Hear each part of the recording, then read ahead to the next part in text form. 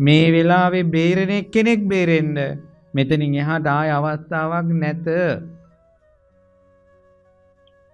අවස්ථාවක් නැත. රාගය අධික වෙනවා, ද්වේෂය අධික වෙනවා, මෝහය අධික වෙනවා. පාලනය කරන්න බෑ හිතට එන ආවේගයන්. චිත්ත චෛතසික මනෝභාවයන් පාලනය කරන්න බැරි වෙනවා මේ ඉදිරියට එන සත්වයන්ට. ඉවසන්න බෑ.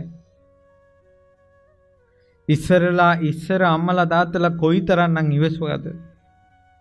මිනිස්සු කොයිතරම්නම් ඉවසුවද? දරාගෙන හිටියා. සමාජයට ලැජ්ජාවට ඉවසගෙන හිටියා. දරුවෝ ගැන හිතලා ඉවසගෙන හිටියා. සමාජයට මූණ දෙන්න ඕන නිසා ඉවසගෙන හිටියා. අද කාලේ ඉවසන්නේ පොඩි දෙයින් කුලප්පු වෙනවා. ඒ වචනේ කුලප්පු වෙනවා. ඉතින් ඊට පස්සේ ඒ කල්පනාවක් නැහැ. තරහ ගියාට පස්සේ උපමාවකින් කිව්වොත් තරහ ගිය කෙනාට තියෙන උපමාව තමයි පිස්සු හැදිච්ච අස්වැයෙක් උඩ පිස්සෙක් නැගලා.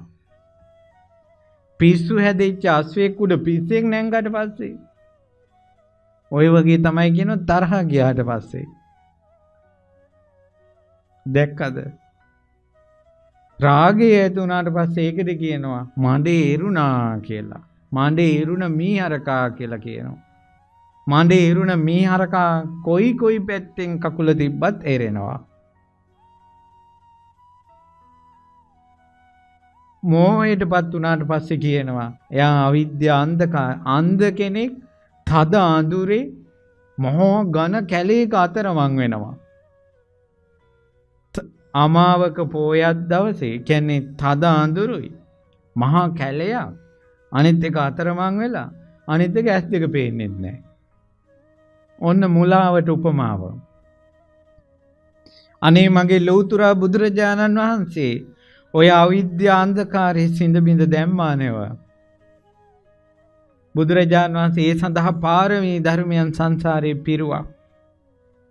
කලයකින් වතුර වක් කරනවා අනිත් පැත්ත හලනකොට වතුර බිඳුවක්වත් ඉතුරු වෙන්නේ නැතුව වැටෙනවා කලින්.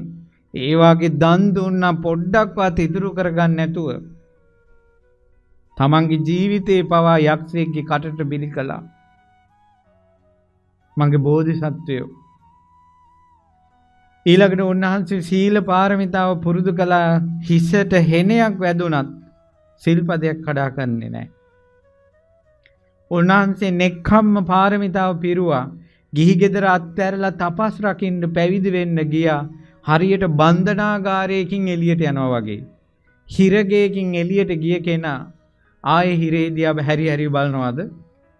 අනේ ආයේ මට ආයේ යන්න නැත්තම් කියලා හිතනවාද? එයා හිතන්නේ එළියට ආපු එක කොච්චර හොඳද කියලා. ඒ වගේ ගිහි ගෙදරින් එළියට ආපු එක කොයිතරම් හොඳද කියලා හිතනවා.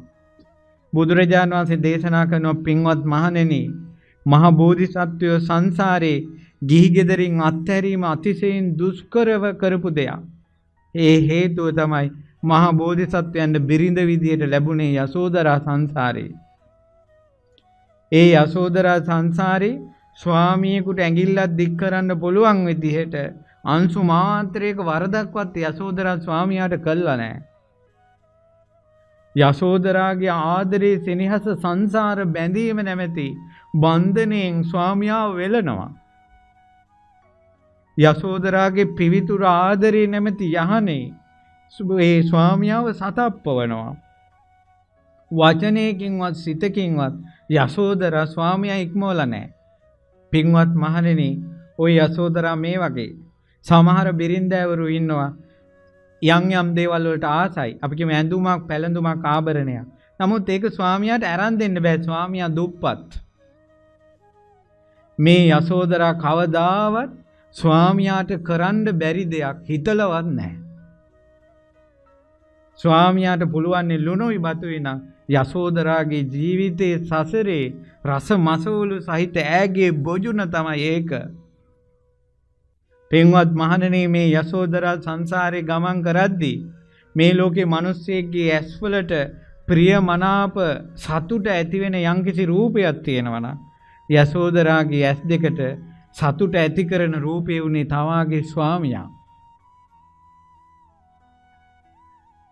මේ වාගේ බිරිඳක් ඉද්දින් ඒ වගේම තමාගේ එක වචනෙට එදා ජාලිය කුමාරයා පොකුණේ සැඟවිලා ඉන්නකොට ජාලිය කියපු ගමන් මොන යකා කෑවත් කමන්නේ මගේ තාත්තට දෙපාරක් කතා කරන්න මං ඉඩ තියන්නේ නැහැ කියලා ආපු කුමාරයා ඒ රාහුල.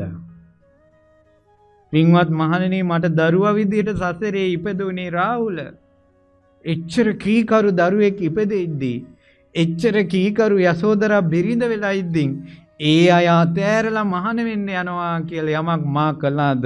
බෝධිසත්වයන්ගේ අභිනිෂ්ක්‍රමණය අතිශයින් දුෂ්කර දෙයක් සංසාරේ. පින්වත් මහණෙනි, ඒ බෝධිසත්වයන්ගේ නෙක්ඛම්ම පාරමිතාවයි. පින්වත් මහණෙනි, ඔය විදිහට මං යසෝදරාවයි රාහුලවයි දාලා නයිස්කර්මය කරපු ජීවිත ගණන අසංකේයයි අප්‍රමේයයි. එතකොට අර යසෝදරා නිවසේදී කල්පනා කරනවා මාගේ ස්වාමියා මාවත් දරුවත් අතහැරලා ගියේ යම් පැවිද්දක් උදෙසාද ඒ පැවිද්ද සඵල වේවා කියලා දෑත නල්ලි තියලා වැඳ වැඳ ස්වාමියාට පින් දුන්නා යසෝදරා. වඳින්න පින්වතුනි ඒ උත්තමාවියට. ඒ උත්තමාවියට වඳින්න. ඉතින් ඒ නිසා ඒ වාගේ බුදුරජාණන් වහන්සේ දුෂ්කර දෙයක් කළේ. අපිට ඔය වාගේ සමාජයේ මිනිසුන්ට ආදරේ කරුණාව ඔහොම ලැබෙන්නේ නැහනේ. කොයිතරම් ආදරෙන් පෙමින් විල්ලයි තියෙන අය අතර උනත් බහිම්බස් හිතමනාපකම් කොච්චර හට ගන්නවද? යසෝදරා සමග සසරේ විවාහ වෙද්දී බෝසතුන්ට එකම දවසකවත් සිත්‍රි දෙන්නේ නැහැ.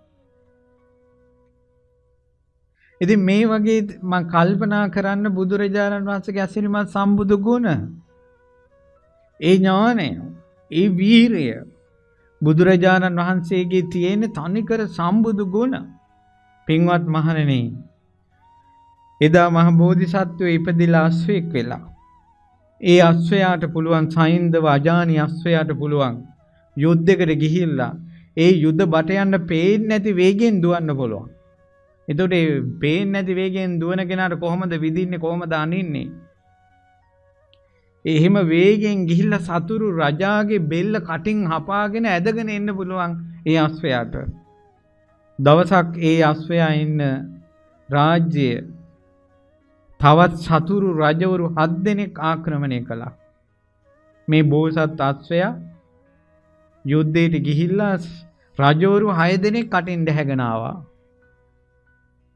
6 වෙනි එක්කෙනා දැහැගෙන එනකොට එක්කෙනෙක් ගහපු හෙල්ලක් අහම්බෙන් අශ්වයාගේ පපුව හරහා ගියා. ඒ හෙල්ල කාගෙන අරගෙන එනවා අරයා. එරන් තමන්ගේ රජුරු ඉදිරියේ දාලා එහෙම වැටුණා. උල ගැලෙව්වා. තුට අශ්වාරෝහකයා හිතනවා දැන් අශ්වයා ඉවරයි. ඊළඟ අශ්වයෙක් ගෙනල්ලා බඳිමු, තව එක්කෙනා ඉන්න එක රජයි කියලා. අර බිම වැටිච්ච අශ්වයාට හිතෙනවා ඒ ඊළඟට ඉන්න රජතුමා හරි සූක්ෂමයි. අල්ලන්න අමාරුයි. මේ රාජ්‍යයේ මා තරම් ජව සම්පන්න කල්පනා ශක්තිය තියෙන අශ්වයෙක් නැහැ.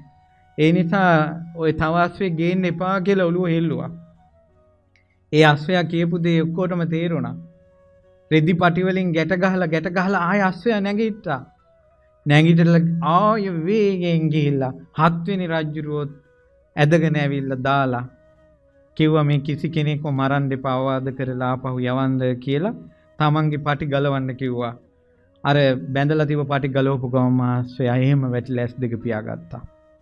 මහ බෝධිසත්වයෝ සංසාරේ ඔවැනි වූ හෙල්ලෙන් තෝමරෙන් බැට කාලා මරණේ ඉදිරි පිටත් තමන් කරන කටයුත්ත අවසානයේ දක්වා කළා නම් එදා ලෞතුරා සම්බුදු වෙන ජීවිතේ 6 වසරක් දුෂ්කර ක්‍රියා කරලා අර දුර්ගේශ්වරී පර්වතයේ සේනානී ගම කන්ද මුදුනේ ඉඳලා කලන්තේ ඇදිලා පහළට රෝල් වෙලත් නැගිටලා ආයසක් මං කළා. බුදුරජාණන් වහන්සේ සංසාරේ වීරිය අත්හැරපු කෙනෙක් නෙවෙයි. අපි අද හිතනවා මේක කරන්න ඕන කියලා, ඊළඟ මොහොතේ වීරිය අත්හැරෙනවා. පොයවල් 12ට සිල් ගන්න ඕන කියලා එක පොයක් ගන්නවා, ඊළඟට කාය ගන්න වෙන්නේ නැහැ.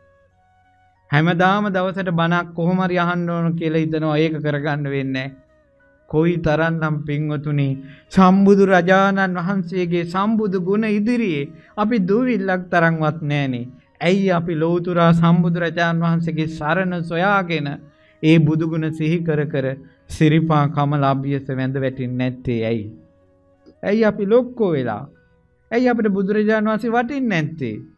ඇයි අපි බෝධියට එච්චර අගෞරව? ඇයි සෑයට එච්චර අගෞරව? ඇයි බුද්ධ ප්‍රතිමාවට එච්චර අගෞරව? ඇයි අපි අතේ තියෙන ෆෝන් එකම ලෝකේ කරගෙන එයටම ඔක්කොම ගන්න බලන්නේ? මේ හදවතේ බුදුරජාණන් වහන්සේ ගැන, ධර්මයේ ගැන, සංඝ රත්නය ගැන ශ්‍රද්ධාව බලවත් කරගන්න. ශ්‍රද්ධාව බලවත් කරගන්න පින්වත්නි. බුදුරජාණන් වහන්සේ ලෝකෙට පහළ වෙන්නේ කලාතුරකින්. කලාතුරකින් බුදුරජාණන් වහන්සේලා පහළ වෙන්නේ. ඒ නිසායි බුදුරජාණන් වහන්සේ විශේෂයි මලක් පිදුවත් ඒක එයාට සුගති සම්පත්තිය පිණිස එනවනම්, සුවඳ පිදුවත් ඒක යහපත පිණිස පවතිනවනම්, බුදුරජාණන් වහන්සේ ගැන කවර කතාද? සම්බුදු වෙන මොහොතේ සෙවන සලසාලු බෝධියෙන් ගිලිහි වැටෙන පත අයින් කරන කෙනාටත් නිවන් සුව සුගති සැප සැලසෙනවා නම්, බුදුරජාණන් වහන්සේට ආදරය කළොත්, ගෞරව කළොත්, සත්කාර කළොත්, සම්මාන කළොත් ඒ කෙනාට කොයිතරම්නම් යහපතක් සැලසෙනවද? ඒකයි බුදුරජාණන් වහන්සේ වදාළේ යම්කිසි කෙනෙක් සද්ධා මත්තම්මයි ප්‍රේම මත්තං සබ්බේතේ සග්ග පරායනා. යම්කිසි කෙනෙක් බුදුරජාණන් වහන්සේ ගැන සද්ධා මාත්‍රයක්, ප්‍රේම මාත්‍රයක් තිබ්බොත් එහෙම ඒ කෙනා එපමණකින්ම සුගතිය උපදිනවා. ඒ නිසා අපිට ඕනනේ පින්වතුනි අපිට වැරදිච්ච තැන් ගැන හිත හිතා දුක් වීම නෙවෙයි. කවදාවත් වැරදිච්ච දේවල් හිත හිතා දුක් වෙන්න එපා. පරණ දේවල් මතක් කර කර දුක් වෙන්න එපා. ජීවිතය අලුත් කරගන්න. ජීවිතය අලුත් කරගන්න. අලුතෙන් පටන් ගන්න. කඹයක් වුණත් කැඩුනට පස්සේ ගැට ගහලා වැඩක් ගන්නවා. ඇඟක් පතක් වුණත් තුවාල වුණාට පස්සේ බෙහෙත් කරලා ආයේ එනවා. ඒ වගේ වැරද්දක් වුණත් ඒ වැරද්ද හදාගෙන ආය අලුත් කෙනෙක් වෙන්න.